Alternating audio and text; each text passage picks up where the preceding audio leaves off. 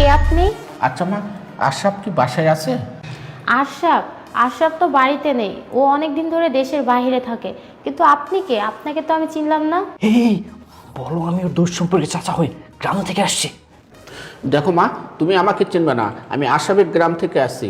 দূর সম্পর্কে আশরাফের চাচা হই আমি। ও আচ্ছা, আপনি আশরাফের চাচা হন। কিন্তু চাচা, আশরাফ তো বাড়িতে নেই, আর আমিও আপনাকে চিনি না। আমার কিছু করার নেই, আপনি এখন আসতে পারেন। এবার বলো ম্যাডাম, আমার গলাটা শুকিয়ে আসছে, আমাকে এক গ্লাস পানি দিন। দাঁড়াও মা, জি, কিছু বলবেন? আমি অনেক দূর থেকে আসছি, আমাকে এক গ্লাস পানি খাওয়ানো যাবে? ও আচ্ছা, তাহলে আপনি এখানে দাঁড়ান, আমি আপনার জন্য পানি আনছি। এই শোনো শোনো, এইবার সুযোগ বুঝে ভিতরে গিয়ে তুমি তোমার কাজটা সেরে ফেলো, যাও যাও।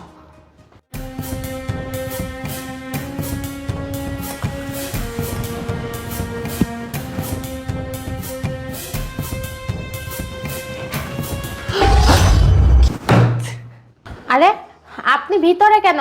আপনাকে তো বলেছি দরজায় দাঁড়িয়ে থাকতে। আর জানেন না কারো পারমিশন ছাড়া ভিতরে ঢোকাটা ঠিক না? এই বলো ম্যাডাম, আপনাদের বাসাটা অনেক সুন্দর, তাই দেখার জন্য ভিতরে আসছি।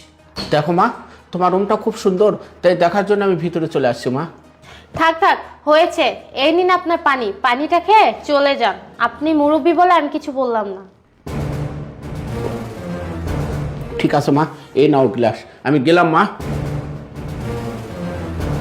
সত্য সব। এক কাজ করি, আমার জান পাখিটাকে একটা ফোন দিই। হ্যালো জান। হ্যাঁ, তুমি কোথায় আছো? এই শোনো না, আজকে বাসায় আসো না, আমার না ভালো লাগছে না। আচ্ছা, তাড়াতাড়ি আসো। তোমাকে তো আজকে এই ড্রেসটা পরে অনেক সুন্দর লাগছে। এটা কি হলো? তার মানে আমার বন্ধু বান্ধব আত্মীয় স্বজন আমাকে যা বলেছিল সব সঠিক। আমার স্ত্রী আমাকে ছেড়ে অন্য একটা ছেলের সাথে সম্পর্কে জড়াইছে, পরকীয়া করতেছে। রূপা, তুমি কি ভাবছো দিনের পর দিন তুমি আমাকে ধোকা দিবা, আমার বিশ্বাসের সাথে খেলবা, পরকীয়া করে যাবা? আমি কিচ্ছু জানতে পারবো না, কিচ্ছু ধরতে পারবো না। আফসোস রূপা, তোমার এই চিন্তাটা ভুল। আজকে হবে তোমার সাথে আমার শেষ খেলা। জান, এই ড্রেসটা আমি তোমার জন্যই পরেছি। সত্যি? হ্যাঁ জান, শুনো না, আজকে না একটা লোক এসেছিল, এসে আমার স্বামীর খোঁজ করছে। ওই লোকটা বলল আমার স্বামীর নাকি চাচা হয়। আমি না তাকে তাড়িয়ে দিয়েছি তুমি আসবে বলে। এই কি বলো, ওনাকে তুমি তাড়িয়ে দিছো? তোমার হাজবেন্ড দেশে আসলে যদি ওই লোকটা সব বলে দেয় তাহলে কি হবে? আরে না, লোকটাকে দেখে তো অমন মনে হচ্ছে না, অনেক বোকা মনে হচ্ছে। কিছু বলবে না, বাদ দাও তো ওগুলো। ও আচ্ছা ঠিক আছে, যান চলো না, এখানে ভালো লাগছে না, বিটে যাই। আচ্ছা চলো। ওকে আসো। ধুত, ভালো লাগে না এই সময় আবার কে আসলো। আমি এই জন্যই না তোমার বাসায় আসতে চাই না, যখনই আসি কেউ না কেউ ডিস্টার্ব করবেই করবে। আরে তুমি চুপ করো না, আগে দেখি কে এসেছে। হ্যাঁ যাও যাও, যে দেখো। আরে এদিকে আমার স্বামী চলে এসেছে, এখন আমি কি করব? এই তুমি না লুকিয়ে পড়ো, আমার স্বামী চলে এসেছে। এসে যদি এখানে দেখতে পায় তাহলে আমাকে মেরে ফেলবে। যাও যাও, লুকাও। আচ্ছা ঠিক আছে, সোপা সোপার পিছনে লুকাই। এখানে লুকাও। এখানে লুকাই। শোনো, আমি না বলা পর্যন্ত এখান থেকে কিন্তু বের হবে না, ঠিক আছে? একদম চুপ করে থাকো।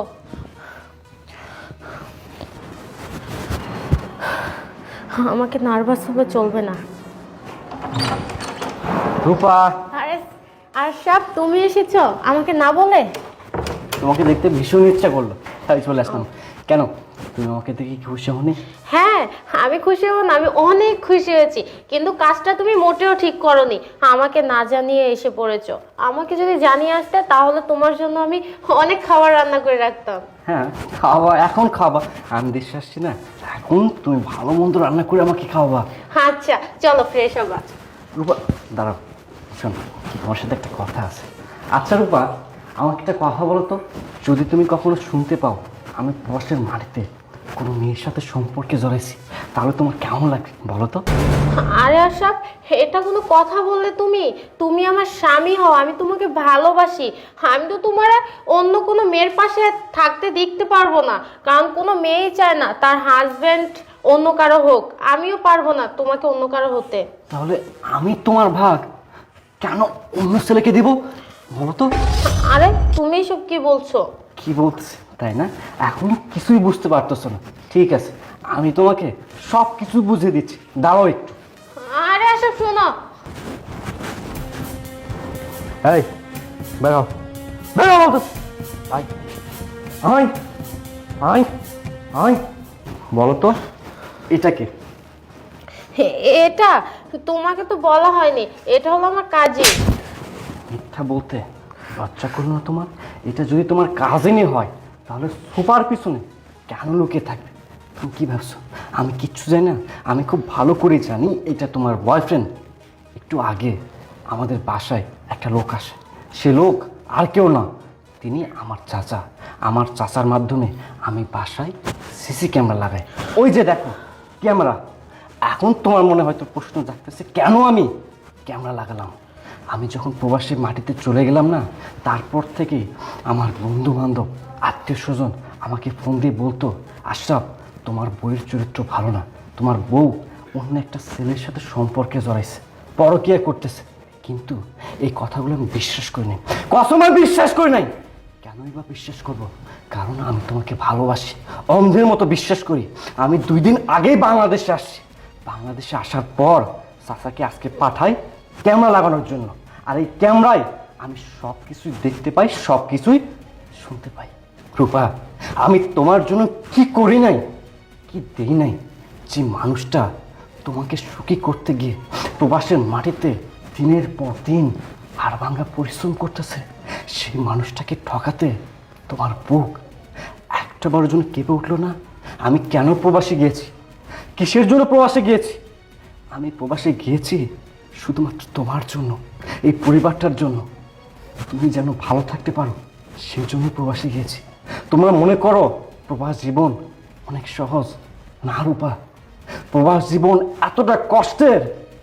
তোমরা যারা দেশে থাকো একটা দিন যদি দেখতা, ঘুমাইতে পারতা না। জানো আমরা 8 ঘন্টা কাজ করি না, 4 ঘন্টা ঘুমাই, আর বাকি 20 ঘন্টায় কাজের ভিতরে থাকি। কেন থাকি? ওভার টাইম করি। আমরা তো টাকার মেশিন, আমাদেরকে প্রবাসে পাঠানোই হয়েছে টাকা ইনকাম করার জন্য। টাকা ইনকাম করতে গেছি আমরা। আমরা এত পরিশ্রম করি কেন জানো? শুধুমাত্র তোমার মতো ভালোবাসার মানুষের জন্য। আমরা প্রবাসীরা যখন দেশে আসার পর জানতে পারি আমাদের ভালোবাসার মানুষেরা আমাদের সাথে প্রতারণা করতেছে, আমাদেরকে ধোঁকা দিচ্ছে, তখন না আমাদের আর দুঃখের কোনো সীমা থাকে না। কেন করলাম, কেন করলাম এমন কাজ? এমন কাজ করতে গিয়ে তোমার একটু লজ্জা করলো না? বিবেকে এতটুকু ভাবতো না যে আমার একটা স্বামী আছে, আমার একটা সংসার আছে? একটা সংসার রেখে আমি একটা অন্য ছেলের সাথে কিভাবে সম্পর্কে চলাই? কিসের অভাব ছিল? কোন জিনিসের অভাব ছিল? ভালোবাসার কি অভাব ছিল? টাকা পয়সার কি অভাব ছিল? যখন যেটা চাইছো সেটাই তোমার সামনে হাজির করে দিছি, তারপরও আমাকে ছেড়ে অন্য একটা ছেলের সাথে কিভাবে সম্পর্কে জড়ালা? এত কিছু দেখার পর তোমার মতো মেয়ের সাথে আমার পক্ষে আর সম্পর্ক রাখা সম্ভব না। আমি কাকে কি বলতেছি?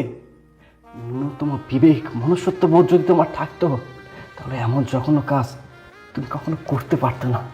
তুমি আমার সাথে প্রতারণা করছো, তুমি আমাকে ধোঁকা দিছো। আমি কোনোদিনও তোমাকে সুন্দর করতাম না রূপা, আমি তোমাকে কোনোদিনও সুন্দর করি নাই। বাট সুন্দর করতে বাধ্য করছো তুমি।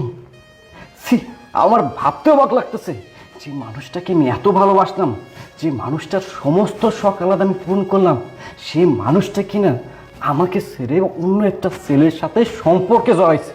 কেন জড়াইছো? কিসের জন্য জড়াইছো?